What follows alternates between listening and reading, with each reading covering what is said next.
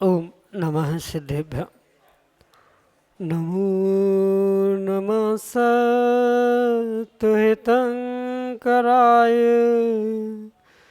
वीराय भव्याम्बुजभास्कराय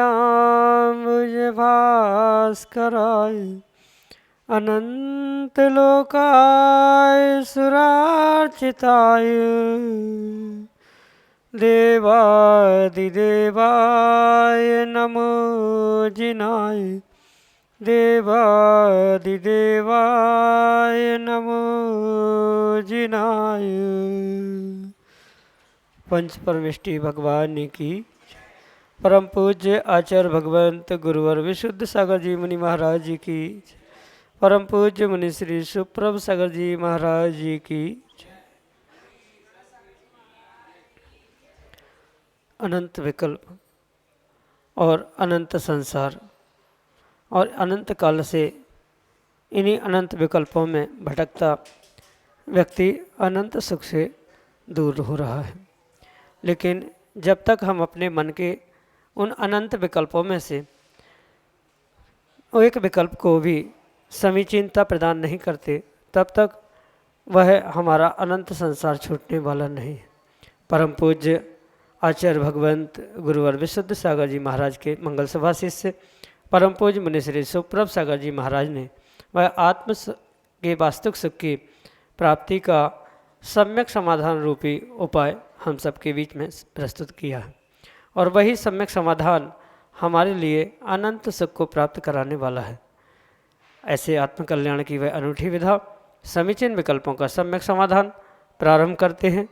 और आज के पहले विकल्प के लिए आष्टा मध्य प्रदेश से अनन्य गुरु भक्त परिवार डॉक्टर मगन जैन, श्रीमती चंदा जैन महाराज श्री के श्री चरणों में सपरिवार कोटि कोटि नमोस्तु निवेदित करते हुए अपना समीचीन प्रश्न रख रहे हैं कि गुरुदेव श्री आदिनाथ भगवान जी, बाहुबली स्वामी एवं अनंतवीर जी किस काल में उत्पन्न हुए और किस काल में किस क्रम से मोक्ष गए।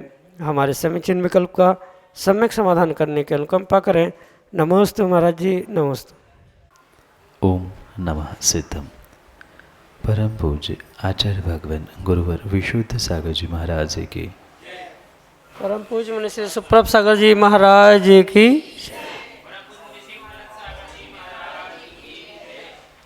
भगवान आदिनाथ जी, भगवान बाहुबली जी और भगवान अनंतवीर जी, ये तीनों भी भगवान चाहे सामान्य केवली रूप हो, तीर्थंकर रूप हो, उन्होंने तीसरे ही काल में जन्म लिया था और तीनों के ही मोक्ष गमन का भी काल तीसरा ही स्वीकार किया जाता है। अंतर इतना है कि सबसे पहले उस ही काल में, मतलब तीसरे ही काल में जन्मने वाले इन जीवों ने तीसरे काल में मोक्ष प्राप्त करने के बाद भी सबसे पहले अनंतवीर भगवान ने मोक्ष को प्राप्त किया। आदिनाथ तीर्थंकर भगवान के पूर्व में ही उन्होंने उस मोक्ष को मुक्ति लक्ष्मी को प्राप्त किया था। उसके उपरांत भगवान तीर्थंकर आदिनाथ स्वामी ने मोक्ष प्राप्त किया और फिर बाहुबली भगवान ने इस क्रम से ही तीसरे ही काल में सभी ने मोक्ष को प्राप्त किया। क्योंकि तीर्थंकर आदिनाथ भगवान के उस तीर्थकरत्व के काल के निमित्त से ही इन सब का व्याख्यान आदि प्राप्त होता है, पर उनका मोक्ष का क्रम इसी प्रकार से आगम ग्रंथों में प्राप्त होता है। क्योंकि भले ही आगम पुराण ग्रंथों की अपेक्षा से इनके काल क्रम में कुछ मान्यताओं में आगे पीछे भी कथन प्राप्त होता है आदिनाथ भगवान और बाहुबली के भी निमित्त से। पर यहाँ ये अवश्य समझे कि जो अधिक प्रमाण प्राप्त होते हैं वहाँ आदिनाथ भगवान का तीर्थंकर और उनके उस विशेष तपस्या आदि के निमित्त से उनकी साधना का काल और बाहुबली भगवान का 1 वर्ष का साधना का काल, ये काल की अपेक्षा से ये कल्पनाएं हो सकती है। पर ये अवश्य समझना होगा कि चक्र रत्न प्राप्त करने के समय पर ही तीर्थंकर आदिनाथ भगवान के केवल ज्ञान का समाचार, चक्र रत्न प्राप्ति का समाचार, ये सब कुछ प्राप्त हुआ था। और उसके कोई 2, 4, 6 साल बाद तीर्थंकर भगवान मोक्ष नहीं गए। 6 महीने का उनका तपस्या का उपवास का काल, पुनः मतलब अंतराय का, पुनः तपस्या का, तो लगभग वही काल प्राप्त होता है। क्योंकि युद्ध कब हुआ? चक्र रत्न प्राप्त होने के बाद उनका युद्ध हुआ, तो चक्र रत्न प्राप्त हुआ था तो केवल ज्ञान हो ही चुका था भगवान को। तो अगर काल की गणना करेंगे और आगम के अनेक प्रमाणों को और मुख्य प्रमाणों को समझेंगे तो क्रम हमें आदिनाथ भगवान और बाहुबली भगवान की अपेक्षा से ऐसा ही समझना होगा।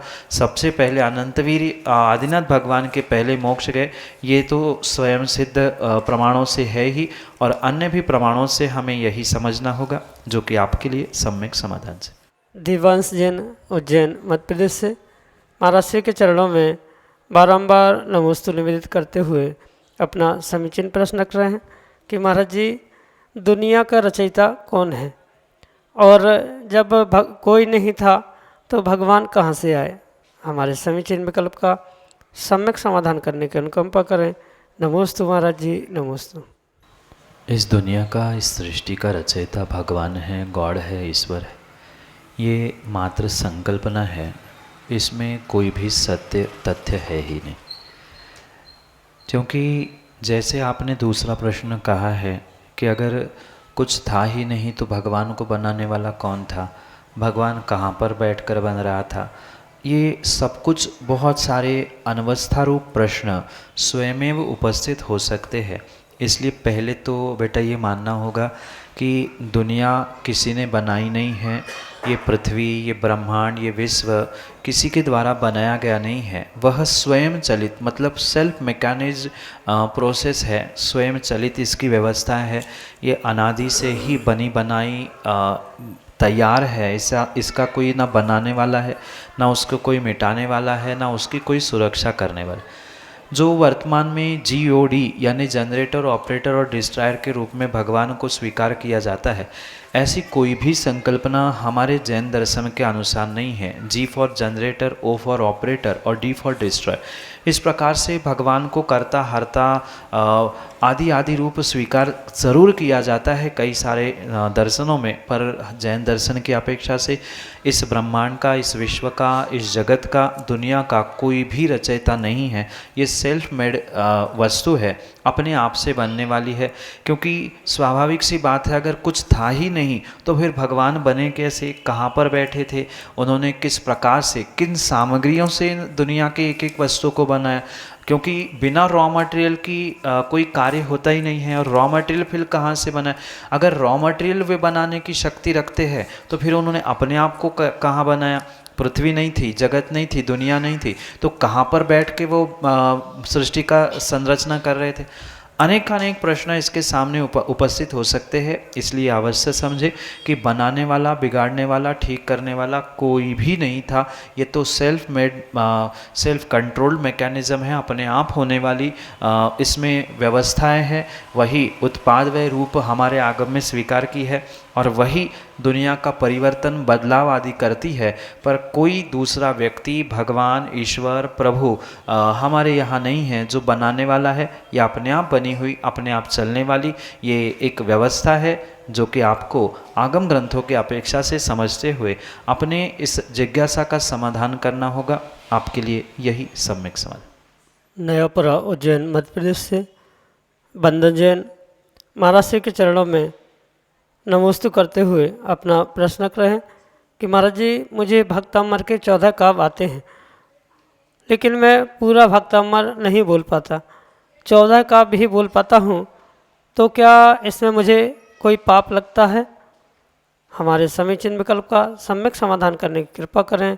नमोस्तु महाराज जी, नमोस्तु। भक्तांबर स्तोत्र जो पूर्ण रूप से याद करता है, उसका पाठ आदि करता है, वह जीव नियम से विशेष पुण्य को प्राप्त करता। पर इसका मतलब ये नहीं है कि माना कि किसी प्रकार से वह कम श्लोक कम पद याद कर पा रहा है तो उसमें कोई पाप लग रहा है। बहुत अच्छी बात है बेटा, आपको पूरे काव्य याद करने चाहिए। आज नहीं तो कल आप अभ्यास करोगे तो आपको याद भी हो जाएंगे। 14 याद किए तो आगे आने वाले भी उन काव्यों को पद्यों को आप अवश्य ही याद कर सकते हैं। मेहनत करो, याद करो। पर माना कि जब तक याद नहीं हो रहे हैं तो जितने याद है उतने आप रिवाइज या रिवीजन के रूप में कर रहे हैं, रोज़ पढ़ते हैं, तो उसमें कोई भी पाप दोष नहीं है। पर ये ध्यान रखें, उतने में ही आप संतुष्ट होकर मत रहे कि मेरा काम हो जाएगा इतने में ही। इसलिए आगे भी पढ़ते हुए उसे याद करने का प्रयास करें, और जितने जल्दी शीघ्रता से आप याद करोगे उतना विशेष फल उसके निमित्त से भी आपको प्राप्त होता रहेगा। इसलिए आप ये समझे कि आगे और पढ़े, और पढ़ते जितना पढ़ चुके हैं, याद कर चुके हैं, उनको पुनः पुनः रिवाइज करते रहे और आगे और बढ़ते रहे। यही आपके लिए सम्यक समाधान। विवेक जैन शास्त्री, ललितपुर, उत्तर प्रदेश से अगले समीचीन विकल्प के लिए। दुई मुनिराजों के पावन पुनीत चरणों में मेरा और मेरे परिवार का बारंबार नमोस्तु नमोस्तु नमोस्तु महाराज श्री। महाराज श्री, कई बार सुनने में आता है कि पहले के समय में पंचकल्याणक प्रतिष्ठा आदि के कार्यक्रम बहुत कम आयोजित होते थे। आजकल बहुत अधिक संख्या में इनका आयोजन होने लगा है। लोगों का कहना है कि जो जैन समुदाय है वह दिखावे में अपना पैसा अधिक खर्च करता है। उन्हें इसकी बजाय अपना पैसा शिक्षा के क्षेत्र में, चिकित्सा के क्षेत्र में लगाना चाहिए। महाराज श्री, हमें तो यह बड़े पुण्य के अवसर लगते हैं, तो और हमारे नगर के लिए ऐसा सुअवसर प्राप्त हुआ है, तो हम सबको कैसे भावना रखनी चाहिए और हम सबको इस पंचकल्याण महामहोत्सव में कितना अपना जीवन तन मन धन लगाना चाहिए, आप मार्गदर्शन करें। और हमारे जो विकल्प आ रहा है कि लोग ऐसा क्यों कहते हैं, उसका सम्यक समाधान करें। नमोस्तु महाराज श्री। नाना जीवा नाना कम्मम।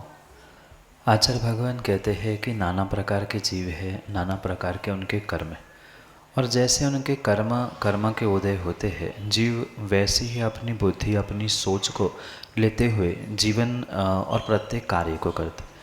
इसलिए कौन क्या कह रहा है, कौन क्या सोच रहा है, ये मायने नहीं रखता। हमारी श्रद्धा, हमारा धर्म, हमारे आचार्य भगवंत हमारे लिए क्या उपदेशित कर रहे हैं, क्या समझा रहे हैं, ये हमारे लिए मायने रखने जैसी बात। जो पुण्यात्मा सम्यक दृष्टि जीव होता है, वह तो हर समय कुछ न कुछ आयोजनों को खोजने का प्रयास करता है, जिसके माध्यम से वह प्रयोजन तक पहुंचने का प्रयास करे। ये सत्य है। किन्हीं लोगों का कहना कि चिकित्सा के क्षेत्र में, विद्या के क्षेत्र में कार्य तो करना चाहिए, पर आपने कुछ दिनों से देखा होगा कि कई स्थानों से गुरुकुल के लिए या कई स्थानों से सहयोग के लिए जीव आते हैं, लोग आते, पर खुलकर उनको कितना कौन दान दे पा रहा है या क्या कर पा रहे हैं, ये भी समझने की बात है। और वही जब कोई भगवान, गुरु, प्रतिमा, पंचकल्याणक आदि के निमित्त से, जो कि हमारा एक आस्था का केंद्र है, वहाँ जुड़ने का प्रयास जब भी व्यक्ति करता है तो वह दिल खोलकर दान करने का प्रयास करता है, क्योंकि स्वाभाविक सी बात है, वहाँ एक आत्मीयता, वहाँ एक आस्था जुड़ी होती। अन्य स्थानों में जहाँ भेषज यानी चिकित्सा क्षेत्र हो, विद्या का क्षेत्र हो, ऐसा नहीं है कि वहाँ भी दान नहीं दिए जाते। कई सारे हमारे ऐसे महान त्यागी व्रती भी हो चुके, और त्यागी व्रती क्या, सामान्य श्रावक भी हो चुके, जिन्होंने कई सारे गुरुकुल, कई सारे विद्यालय, कई सारे अस्पताल और कई सारे क्षेत्र बनाए हैं। पर समस्या ये है कि ये आज का जो कुछ एक जीवों का, तथाकथित जीवों का जो ये कथन है कि इससे अच्छा वो है, मैं तो ये सोचता हूँ कि अगर सभी जीव वास्तव में सच्चे देवशास्त्र गुरु की आराधना करते हुए मंदिर, प्रभु, गुरु आदि से जुड़ने का प्रयास करेंगे तो उनको चिकित्सा क्षेत्र में जाने की आवश्यकता ही नहीं पड़े। चिकित्सा मतलब बीमार होना क्यों पड़ा? क्योंकि उन्होंने धर्म के अनुसार जो क्रियाएं कही है, श्रावकों की क्रिया हो या अन्य किसी प्रकार से जो धर्म है उसका आलंबन नहीं लिया, इसी कारण से उनको बीमार होना पड़ा। चाहे पूर्व कर्म भी कह दे, पर पूर्व कर्म पर भी वर्तमान का पुण्य हावी हो सकता था अगर उतना प्रबल पुरुषार्थ उन्होंने किया होता। तो चिकित्सा चाहे विद्या ज्ञान के विषय में भी हो, उसमें भी ध्यान रखना कि मात्र लौकिक पढ़ाई करना, जहाँ राग द्वेष की बातें की जा रही है, राजनीति सिखाई जा रही, उल्टी सीधी अनैतिक शिक्षा नैतिक शिक्षा के नाम पर दी जा रही है, तो क्या ये मात्र विद्या ज्ञान है? जहाँ पाठशालाएं मंदिर में चलती है वहाँ अगर उसके प्रति प्रेरणा देते हुए कार्य किया जाए तो उसमें कौन सी बुराई है? ये सोचते समझते हुए ही जीवों को इन कार्यों में विशेषता से जुड़ने की आवश्यकता है, क्योंकि किसी भी प्रकार से हमारे आचार्य भगवंतों ने चिकित्सा दान नाम का कोई दान नहीं कहा, उपचार दान नाम का कोई दान नहीं कहा, औषध शास्त्र अभय आहार ये 4 दान जरूर कहे हैं, पर औषध शास्त्र अभय आहार ये चारों दान सत्पात्रों के लिए कहा है, कुपात्रों के लिए, अपात्रों के लिए किसी प्रकार से। और जो जिन व्यवस्थाओं के बारे में आप कह रहे हैं, क्या वहाँ सभी सत्पात्र होंगे? और सत्पात्र नहीं हैं तो उनके लिए एक दिया गया दान हमारे लिए पुण्यवर्धन के लिए या हमारे लिए कर्म निर्जरा के लिए कैसे संभव हो सकता है? ये सभी विचार करते हुए ही हमारे लिए आचार्य भगवंतों ने 7 स्थान श्रावकों के लिए मुख्यतः से कहे हैं कि 7 स्थानों में दान देने से ही सप्त परम स्थानों को श्रावक प्राप्त कर सकता है। ये भी आप बहुत अच्छे से जानते हैं, क्योंकि शास्त्री है सप्त परम स्थान श्रावकों को प्राप्त करने होते हैं। तो उन सप्त परम स्थानों को प्राप्त करने के लिए 7 उत्कृष्ट स्थानों पर दान देना, जिन यात्रा, जिन महोत्सव, जिन प्रतिमा, जिन बिंब आदि आदि के निमित्त से जो विशेष रूप से दान देता है, तन मन धन से सहयोग करता है, उसको नियम से वर्तमान में भी और आने वाले समय में भी वह सातिशय पुण्य प्राप्त होता है, जिसके कारण से वह अपने आप स्वस्थ रहता है, उसकी बुद्धि, उसका ज्ञान अपने आप विकसित होते हुए देखने में आता है। जो इस प्रकार से सम्यक वर्धिनी क्रियाओं में अपने आप को नहीं जोड़ पाता है, वही आने वाले समय में दरिद्री, दीनहीन, बिल्कुल नीच गोत्र आदि कुलों में वो जन्म लेता है। इसलिए जो जैसा कह रहा है उसका कर्म है, कर्म का उदय है। हमें हमारा विचार करते हुए हमें अपने विवेक से काम करना होगा कि हम किस प्रकार से इनसे जुड़ते हुए, मतलब इन आयोजनों से जुड़ते हुए अपने आप को समर्पित करते हो। ठीक है, हमारे पास उतना धन नहीं है तो हम तन और मन से तो समय दे सकते हैं, नहीं है हम उत्कृष्ट पात्र नहीं बन पा रहे हैं तो सामान्य बनकर भी पूजा तो वही होगी, मात्र वहाँ वे ऊपर बैठेंगे, हम प्रभु के सामने नीचे भले ही हो, पर सामान्य बनकर भी हम प्रभु की भक्ति आराधना कर सकते।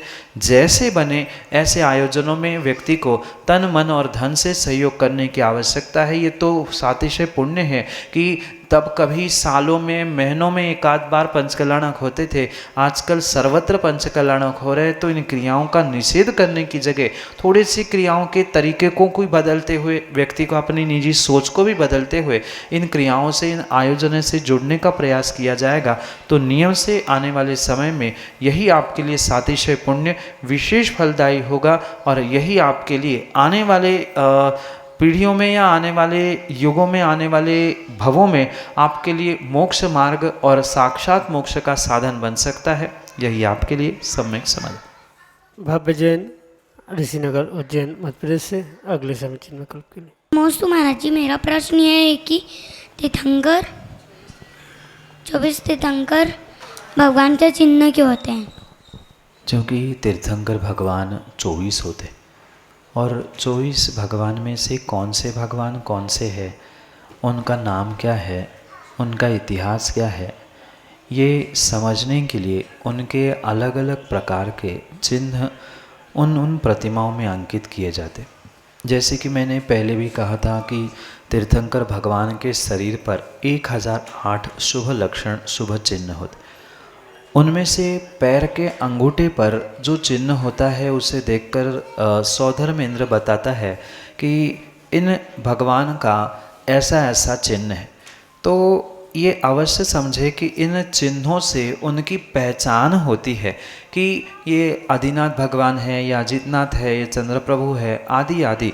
उनकी पहचान कराने के लिए ही ये चिन्ह अलग अलग बनाए जाते हैं, क्योंकि अर्घ्य किसका पढ़ेंगे?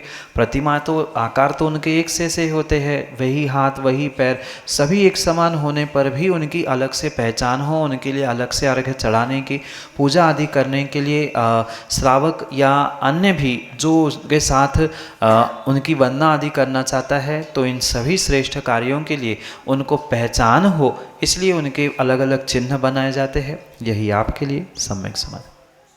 सानी विजयन, ऋषिनगर, उज्जैन, मध्य प्रदेश से अगले समय चिन्ह पर। नमोस्तु महाराज जी, नमोस्तु। मेरा ये क्वेश्चन है, क्या मैं मोबाइल देख के खाना खाती हूँ तो उसका उपाय बताइए जिससे मेरा मोबाइल छूट जाए। नमोस्तु गुरुदेव, नमोस्तु। बेटा, ये बात आप बहुत अच्छे से जानते हो कि मोबाइल देखते हुए, टीवी देखते हुए भोजन करना अच्छी बात नहीं है, पर फिर भी उन आदतों को आपको छोड़ने के लिए आपको स्वयं से ही मेहनत करनी होगी। बिना आपके सोचे समझे आप कभी भी मोबाइल को छोड़ नहीं सकते, क्योंकि एक बार मोबाइल देखने की, टीवी देखने की और उसे देखते देखते भोजन करने की आदत जिसको पड़ जाती है, वह उससे कभी शायद ही छूट पाता है। इसलिए इस आदत को छोड़ने के लिए आप ये ध्यान रखें कि मोबाइल देखते देखते आपने भोजन किया है तो वहाँ आपने बहुत बड़ा पाप किया है, क्योंकि जो देखते हुए भोजन किया जाता है उसमें कीड़ा गिर रहा है, उसमें क्या हो रहा है आपने देखा नहीं। देख टीवी की तरफ रहे थे, इधर से उठाया मुख में डाल दिया। मोबाइल देख रहे थे, आपकी आंखें मोबाइल पे थी और भोजन के थाली में कीड़े, चींटी आदि क्या क्या गिर रहा था, कोई कचड़ा गिर गया था, वो भी आपने मस्ती से चाव से खा लिया। आपको तो अच्छा लगा क्योंकि आपका ध्यान किस में था? टीवी में था। और उसमें जो कीड़े मर रहे हैं, जीवों की हिंसा हो रही है या जो भी कचड़ा आदि भी आप खा रहे हैं, तो आपने अच्छा किया क्या गलत किया? तो आप ये ध्यान रखें कि मोबाइल देखते हुए, टीवी देखते हुए अगर भोजन करेंगे तो आप बहुत पाप को प्राप्त करेंगे और बहुत पाप के कारण से नरकों में कितने दुख मिलते हैं ये आप जानते ही होंगे। तो नरकों के दुखों से बचने के लिए आप सोचें कि मोबाइल टीवी देखते हुए भोजन ना करें, एक समय पर एक ही काम करें। पहले मोबाइल थोड़ा सा देख ले और फिर शांति से 10 मिनट भोजन करें। कितने 5-10 मिनट लगते होंगे भोजन करने में, तो फिर हम मोबाइल छोड़ते हुए उस भोजन का भी स्वाद ले, क्योंकि अनेक कारण होते हैं। एक साथ अगर 2-4 काम करेंगे ना आपका व्यवस्थित पेट भर सकता है ना आपको मोबाइल में दिख सकता है। इसलिए पहले मोबाइल देख ले, फिर टीवी भोजन कर ले, या पहले भोजन कर ले और फिर मोबाइल देख ले, तो ही आप अपने अच्छे काम को प्राप्त करते हुए, पुण्य को प्राप्त करते हुए स्वर्गों में जा सकते हैं। अन्यथा आने वाले समय में आपकी आंखें भी खराब हो जाएंगी। जितना अधिक मोबाइल देखोगे उतनी आंखें भी खराब हो गई, पाप भी लग रहा है। इन सब से बचने के लिए आप मोबाइल को बुद्धिपूर्वक स्वयं के प्रयास से छोड़ने का प्रयास करें। यही आपके लिए सम्यक समझ। चैत्य जैन, उज्जैन, मध्य प्रदेश से अगले समय चिन्ह विकल्प के लिए एक छोटा सा बालक। महाराज जी, मेरा एक पलटना है, ते जन्मदिन देते और आते हैप्पी बर्थडे डलते ते आरती डलते। नमो महाराज जी। बेटा, जन्मदिन मनाते समय हम अगर हैप्पी बर्थडे करते हुए, केक काटते हुए या कैंडल बुझाते हुए करते हैं तो उससे आपको बहुत बड़ा पाप लगता है, क्योंकि हमारे यहाँ दीप जलाने की व्यवस्था है।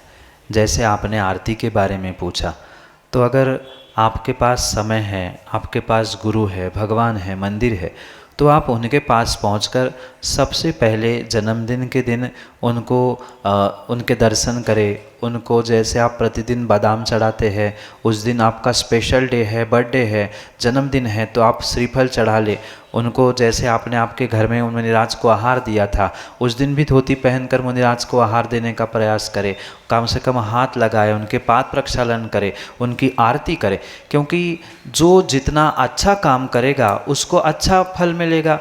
आप केक काटोगे तो आपको भी नरकों में कटना पड़ेगा। आप कैंडल बुझाओगे तो आपको भी कोई बुझाने वाला मिल सकता है। इसलिए बहुत अच्छा है कि हैप्पी बर्थडे की जगह आप अपना जन्मदिन मनाएं और जन्मदिन मनाने के लिए अच्छे अच्छे काम करें। जैसे प्रतिदिन आप मंदिर आते ही है तो और मंदिर में आकर कुछ और भगवान की भी आरती करें।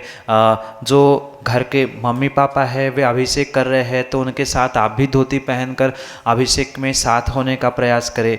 पापा मम्मी आहार देने के लिए जाते हैं तो आप भी आहार देने के लिए जाने का प्रयास करें। कुछ नहीं कर पाए तो कम से कम आरती आदि करते हुए अपने उस जन्मदिन को आप बहुत अच्छे से मनाने का प्रयास करें। क्योंकि बाहर से बनाए हुए केक उसमें एग होता है, क्या होता है हमें पता नहीं है। हम हर साल तो बाहर के काम तो करते आए, पर कभी जब गुरु हमारे पास है तो गुरु के सानिध्य में उनकी सेवा, उनकी वैयावृत्ति, उनकी आरती, उनकी पूजा, उनको आहार देना आदि के निमित्त से आप अपने जन्मदिन को बहुत अच्छे से बनाएं। इसलिए हैप्पी बर्थडे की जगह, कैंडल बुझाने की जगह, केक काटने की जगह आप स्वयं मिठाई घर में बनवा के सब फ्रेंड्स को मिठाई खाने के लिए बुला सकते हैं और गुरु की और प्रभु की आरती करते हुए आपके जन्मदिन को आप अच्छे से मनाएं। यही आपके लिए सम्यक समाधान।